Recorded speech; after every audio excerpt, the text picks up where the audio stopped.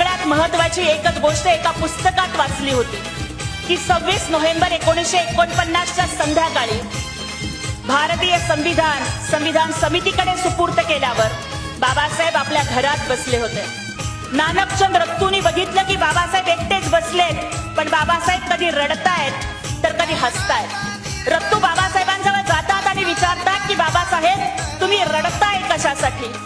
आज तर इतका आनंदाचा दिवस आहे, संविधान समितीला आपण संविधान सुपूर्त केलं, मग आज आपण रडताय कशासाठी?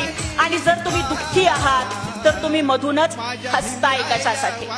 त्यावेळेला बाबासाहेबांनी उत्तर दिलं की रत्तू आज मला माझी लेकरं आठवतायत ज्यांना मी वेळेवरती औषध पाणी सुद्धा देऊ शकलो नाही.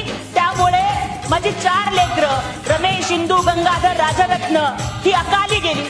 आज मला माझा राजरत्न आठवतोय की राजरत्नाच्या मृत्यूच्या वेळेस तर माझ्या रामूच्या फाटक्या पदरामध्ये गुंडाळून मला माझ्या लेकराला निरोप द्यावा लागला.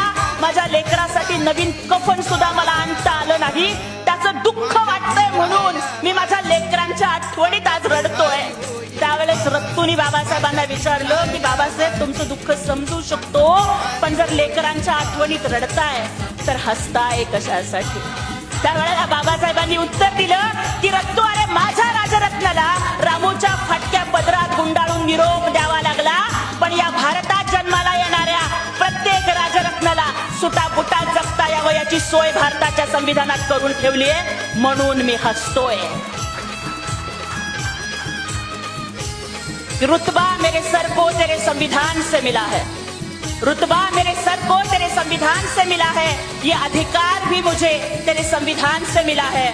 औरों को जो मिला है शायद मुकद्दर से मिला है, लेकिन हमको तो ये मुकद्दर भी बाबा साहब के संविधान से मिला है.